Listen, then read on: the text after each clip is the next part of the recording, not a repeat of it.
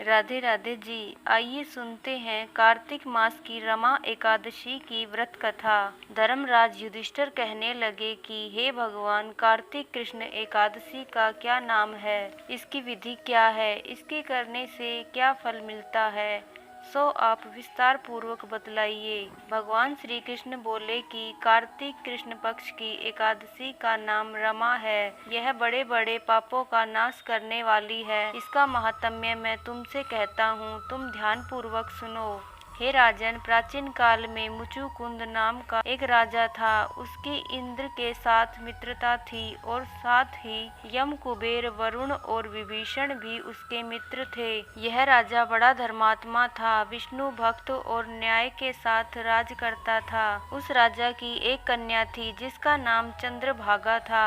उस कन्या का विवाह चंद्रसेन के पुत्र शोभन के साथ हुआ था। एक समय वह शोभन ससुराल आया। उन्हीं दिनों जल्दी ही पुण्यदायिनी रमा एकादशी भी आने वाली थी। जब व्रत का दिन समीप आ गया तो चंद्रभागा के मन में अत्यंत सोच उत्पन्न हुआ कि मेरे पति अत्यंत दुर्बल हैं और मेरे पिता की आज्ञा अति कठोर है। दसवीं को राजा ने ढोल बजवा कर सारे राज्य में यह घोषणा करवा दी कि एकादशी को भोजन नहीं करना चाहिए। ढोल की घोषणा सुनते ही शोभन को अत्यंत चिंता हुई। वो अपनी पत्नी से कहने लगा कि हे प्रिय, अब क्या करना चाहिए, मैं किसी प्रकार भी भूखा नहीं रह सकता। ऐसा उपाय बतलाओ कि जिससे मेरे प्राण बच सके, अन्यथा मेरे प्राण अवश्य चले जाएंगे।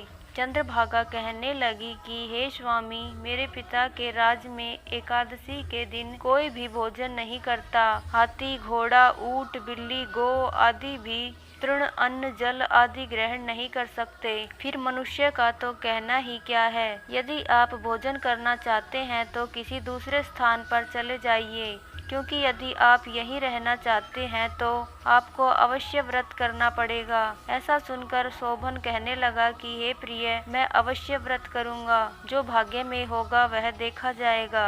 धर्मराज युधिष्ठिर द्वारा कार्तिक कृष्ण एकादशी का नाम, इसकी विधि, उसका फल कैसे मिलता है, यह विस्तार पूर्वक बताइए। ऐसा पूछने पर भगवान श्री कृष्ण बोले कि कार्तिक कृष्ण पक्ष की एकादशी का नाम रमा है। यह बड़े बड़े पापों का नाश करने वाली है। इस प्रकार से विचार कर शोभन ने व्रत रख लिया और वह भूख व प्यास से अत्यंत पीड़ित होने लगा। जब सूर्य नारायण अस्त हो गए और रात्रि को जागरण का समय आया तो वैष्णव को अत्यंत हर्ष देने वाला था, परंतु शोभन के लिए अत्यंत दुखदायी हुआ।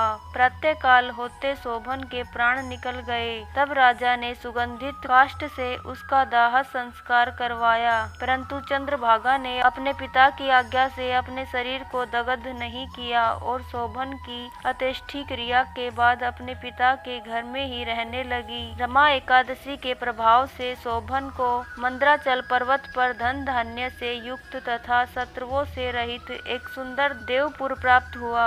वह अत्यंत सुंदर रतन और वैदुर्य मणि जटित स्वर्ण के खंभों पर निर्मित अनेक प्रकार की स्फटिक मणियों से सुशोभित भवन में बहुमूल्य वस्त्र, आभूषणों तथा छत्र व चवर से विभूषित गंधर्व और अप्सराओं से युक्त सिंहासन पर आरूढ़ ऐसा शोभायान होता था मानो दूसरा इंद्र विराजमान हो। एक समय मुचुकुंद नगर में रहने वाले एक सोम शर्मा नामक ब्राह्मण तीर्थ यात्रा करता हुआ घूमता घूमता उधर जा निकला और उसने शोभन को पहचान कर कि ये तो राजा का जमाई शोभन है, उसके निकट गया। शोभन भी उसे पहचान कर अपने आसन से उठकर उसके पास आया और प्रणाम आदि करके कुशल प्रश्न किया। ब्राह्मण ने कहा कि राजा मुचुकुंद और आपकी पत्नी कुशल से हैं। नगर में भी सब प्रकार से कुशल हैं, परंतु हे राजन, हमें आश्चर्य हो रहा है। आप अपना वृत्तांत कहिए कि ऐसा सुंदर नगर जो न कभी देखा न सुना, आपको कैसे प्राप्त हुआ। तब शोभन बोला कि कार्तिक कृष्ण की रमा एकादशी का व्रत करने से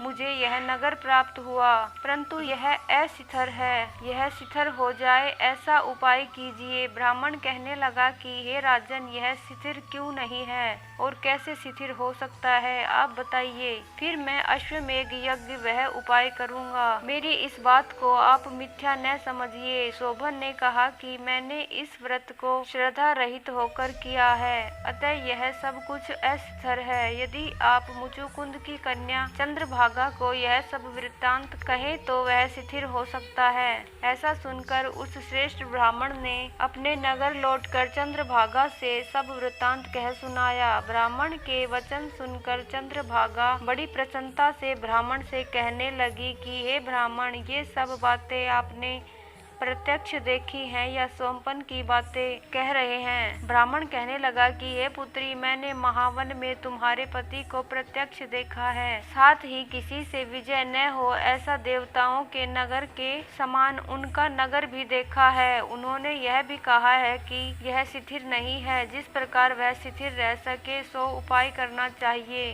चंद्रभागा कहने लगी कि हे विप्र, तुम मुझे वहाँ ले चलो। मुझे पति देव के दर्शन की तीव्र लालसा है। मैं अपने किए हुए पुण्य से उस नगर को स्थिर बना दूंगी। आप ऐसा कार्य कीजिए जिससे हमारा सहयोग हो, क्योंकि वियोगी को मिला देना महान पुण्य है। सोम शर्मा यह बात सुनकर चंद्रभागा को लेकर मंदराचल पर्वत के समीप वामदेव ऋषि के आश्रम पर गया। वामदेव जी ने सारी बात सुनकर वेद मंत्रों के उच्चारण से चंद्रभागा का अभिषेक कर दिया।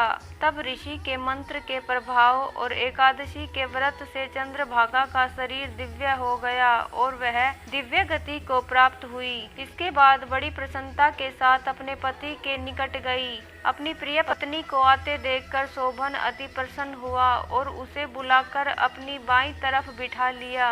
चंद्रभागा कहने लगी कि हे प्राणनाथ, आप मेरे पुण्य को ग्रहण कीजिए। अपने पिता के घर जब मैं 8 वर्ष की थी तब से विधि पूर्वक एकादशी के व्रत को श्रद्धा पूर्वक करती आ रही हूँ। इस पुण्य के प्रताप से आपका यह नगर शिथिर हो जाएगा तथा समस्त कर्मों से युक्त होकर प्रलय के अंत तक रहेगा। इस प्रकार चंद्रभागा ने दिव्य आभूषणों और वस्त्रों से सुसज्जित होकर अपने पति के साथ आनंद पूर्वक रहने लगी। हे राजन, यह मैंने रमा एकादशी का महात्म्य कहा है। जो मनुष्य इस व्रत को करते हैं उनके ब्रह्म हत्या आदि समस्त पाप नष्ट हो जाते हैं। कृष्ण पक्ष और शुक्ल पक्ष दोनों की एकादशियां समान है, इनमें कोई भेदभाव नहीं है, दोनों समान फल देती हैं। जो मनुष्य इस महात्म्य को पढ़ते अथवा सुनते हैं वे समस्त पापों से छूटकर विष्णु लोक को प्राप्त होते हैं। जय हो श्री हरि विष्णु की, जय हो माँ लक्ष्मी की। तो ये थी रमा एकादशी की व्रत कथा। यदि आपको अच्छी लगी हो तो हमारे चैनल को सब्सक्राइब कर ले ताकि आपको आने वाली